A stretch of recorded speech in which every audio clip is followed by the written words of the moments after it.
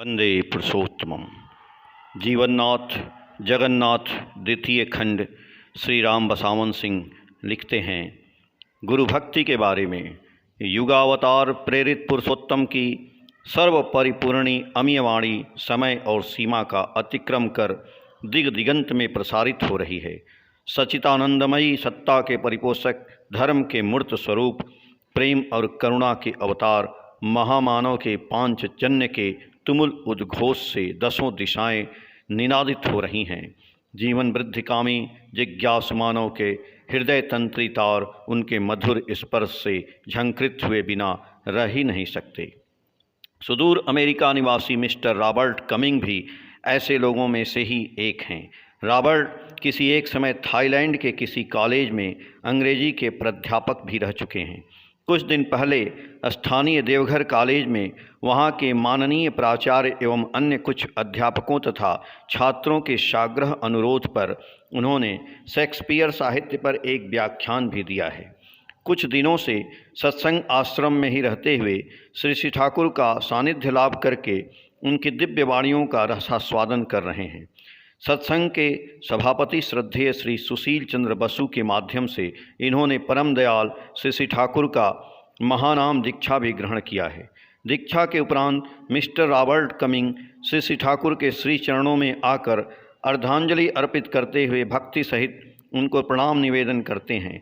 दयाल ठाकुर के सम्मुख अपने आसन पर बैठते बैठते ही रॉबर्ट कहते हैं, Thakur please help me to love. Thakur दया करके प्रेम करने में मेरी सहायता करें। उनकी बात सुनकर श्री ठाकुर कहते हैं, your very love will help you. तुम्हारा प्रेम ही तुम्हारी सहायता करेगा। रॉबर्ट कुछ क्षणों तक ऐसे ही कुछ चिंतन करते हुए श्री ठाकुर के निकट बैठे रहते हैं। संभवतः दयाल ठाकुर के कथन के गूढ़ार्थ को हृदयंगम कर रहे हों। प्रभु की आयाचित सहायता तो सर्वदा ही सभी के लिए उपलब्ध है। उनसे सहायता की प्रार्थना करना ही तो उन्हें लज्जित करना है, उन्हें हेय समझना है। सहज सर्वोपलब्ध उनके पास करुणापूर्ण अवदान के प्रति अज्ञता प्रदर्शित करना है। सूर्य की किरण वर्षा के जलकण शीतल मृदु सुगंध समीरण के समान करुणामय के सहज अवदान के सामने गरीब धनवान, क्षुद्र महान, मूर्ख विद्वान, दुर्बल बलवान सभी समान हैं। हम जैसा चलते हैं, जैसा प्रेम करते हैं, वैसा ही बनते हैं, वैसा ही पाते हैं। जैसी मेहनत वैसी मजदूरी। पुरुषोत्तम भगवान श्री कृष्ण ने इसीलिए तो कहा है, समो अहम सर्वभूतेषु न मे द्वेष्योस्ति न प्रियः ए भजन्ति तु माम भक्त्या मयि ते तेषु चाप्यहम। मैं सकल भूत में समान भाव से व्याप्त हूँ। न मेरा कोई अप्रिय है न प्रिय है, किंतु जो मेरी भक्ति सहित भजना करते हैं वे मुझ में एवं मैं भी उनमें प्रत्यक्ष प्रकट होता हूँ। इसी शाश्वत विचार को संत कवि अपनी पंक्तियों में इस प्रकार अभिव्यक्त करते हैं, तुम हो जैसा राम के वैसा तेरा राम, दाएं जाओ तो दाहिने बाएं जाओ तो बाम। श्री ठाकुर कहते हैं कि भगवान या आचार्य से प्रेम, भक्ति अथवा वैराग्य की आचना भी ठीक नहीं है। मैं तुम्हारा हूँ, तुम्हारी इच्छा पर ही चलूँगा, ऐसा विचार ही ठीक है। यह अहंकार नहीं है। आज दोपहर के आहार ग्रहण के बाद श्री ठाकुर प्रत्येक दिन की तरह ही विश्राम के लिए अपनी सैया पर लेट गए हैं। मैंने घर की खिड़कियां बंद कर दी हैं, किंतु कुछ कारणवश श्री ठाकुर को आज नींद नहीं आ रही है। अचानक वे उठकर बैठ जाते हैं और गुड़गुड़ी पान करने की इच्छा व्यक्त करते हैं। उस समय मैं भी खिड़कियां बंद करने के उपरांत घर से बाहर नहीं निकला था। अतः जब मैंने देखा कि दयाल ठाकुर उठकर बैठ गए हैं तो मैंने फिर से खिड़कियां खोल दी। निकट ही उपस्थित सुधा पाणी माँ चीलम में तंबाकू भरकर गुड़गुड़ा को सामने कर उनके हाथ में नल थमा देती हैं। ठीक उसी समय श्री शिबौड़ माँ के निकट से श्री धीरेन्द्रनाथ मुक्त भी आ उपस्थित होते हैं। श्री ठाकुर कुछ बोलेंगे यह समझकर हम दोनों ही उनके सामने फर्श पर बैठ जाते हैं और उनकी बातें सुनने के लिए उनके श्रीमुख की ओर निहारते रहते हैं। श्री ठाकुर अचानक अपनी भाव मधुर भंगिमा में बोलना आरंभ करते हैं, जो गुरु का अत्याचार सहन कर सकता है उसका भाग्य अच्छा है। जो उनका प्रेम पाकर खुश होता है एवं उनकी भर्त्सना तथा अत्याचार सहन नहीं कर सकता बल्कि विरक्त एवं दुखी होता है, गुरु के लिए उस शिष्य को सुधारना या संभालना मुश्किल होता है। यह बात कहते कहते श्री ठाकुर एक भावमयी उद्दीपनी भाषा में हमें उपमन्यु की कहानी सुनाने लगते हैं। श्री ठाकुर बोलते हैं, उपमन्यु की अटूट निष्ठा एवं अनुगति, अच्युत आबाद इष्टानुगमन तथा भावद्वेलित सक्रिय परिचर्या सभी के लिए प्रेरणा का विषय है। इसके बाद दयाल ठाकुर आगे बोलते हैं, उपमन्यु को हृष्ट पुष्ट देखकर एक दिन उनके आचार्य अयुधधौम्य ने प्रश्न किया कि उपमन्यु, तुम इतने तगड़े कैसे दिखते हो? इस पर उपमन्यु ने उत्तर दिया कि प्रभु, भिक्षात्र एवं आपकी जिन गायों को चराता एवं देखभाल करता हूँ, उनका दूध ही इसका कारण है। आचार्य अयुधधौम्य ने तब उपमन्यु को बिना उनकी आज्ञा के भिक्षात्र ग्रहण करने से मना कर दिया एवं अपनी गायों के दूध के संबंध में कहा कि उपमन्यु, गुरु की गायों का शोषण कर अपना पोषण करना क्या उचित है?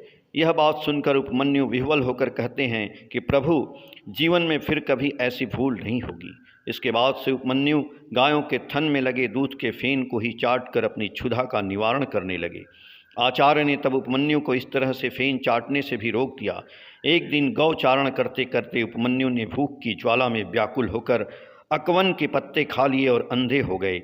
इस पर भी वे नहीं घबराए, तनिक भी विरक्त नहीं हुए। इष्ट परिचर्या से या उनके आदेश पालन से एक समय गौ चारण करते करते एक सूखे कुएं में गिर गए। संध्या काल हो जाने पर भी उपमन्यु को आश्रम में नहीं लौटता देखकर करुणावतार आचार्य अयुधधौम्य उनकी खोज में जंगल में निकल पड़े। उपमन्यु को पुकारते पुकारते अचानक उनके कानों में आवाज़ आई, प्रभु, मैं यहाँ हूँ। अयुधधौम्य ने उपमन्यु को कुएं में गिरा हुआ देखकर पूछा कि तुम कुएं में कैसे गिर गए?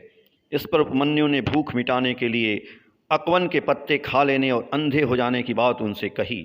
उपमन्यु की गुरु भक्ति देखकर आचार्य अयुधधौम्य का हृदय वात्सल्य विह्वल हो पड़ा।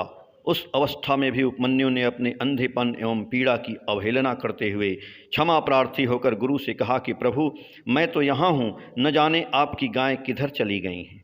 यह बात सुनते ही आचार्य अयुधधौम्य उपमन्यु को कुएं से निकालकर अपने सीने से लगा लेते हैं। अयुधधौम्य की शुश्रूषा से उपमन्यु को अपनी दृष्टि वापस मिली और आने वाले समय में गुरु कृपा तथा अपनी सक्रिय परिचर्या के फलस्वरूप वे सभी शास्त्रों में सिद्धि लाभ करते हैं। सच्चा शिष्य वही है जो गुरु या आचार्य से सुख सुविधा या वैभव की कामना नहीं करता है, बल्कि प्राण की बाजी लगाकर उनके आदेश का पालन करता है, उनकी इच्छा पर चलता है। प्रकृति का समस्त वैभव उसकी मुट्ठी में रहता है। श्री ठाकुर के श्रीमुख से उपमन्यु की कथा समाप्त होते ही मैं उनसे कहता हूँ, उपमन्युर गल्प सुने मने है जे इच्छा करले मानुष सब किछु करते पारे। उपमन्यु की कथा सुनकर ऐसा लगता है कि मनुष्य इच्छा करे तो सब कुछ कर सकता है। मेरी बात सुनकर दयाल ठाकुर कहते हैं, इच्छार अंतराय जा किछु ताके ओवरकम करते हवे। इच्छा का अंतराय बाधक जो कुछ भी है उसको ओवरकम जय करना होगा। श्री ठाकुर की बात का तात्पर्य मैं यही समझता हूँ कि यदि हम इष्ट का अनुसरण करते हैं या अन्य किसी भी वस्तु की इच्छा करते हैं तो वह अनुसरण या इच्छा सच्चा अनुसरण या इच्छा तभी कहलाएगी जब हम उस इच्छा के विरुद्ध जो कुछ है उन सब से सावधान रहते हुए कभी भी विचलित नहीं होते हैं एवं उन सबको पराजित कर उन पर आधिपत्य लाभ करके अग्रसर हो पाते हैं।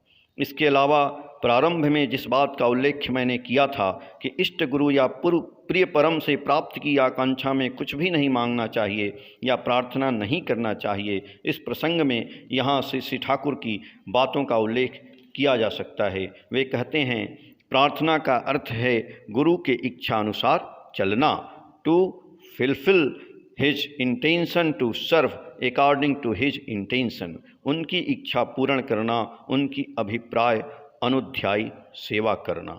जय गुरु।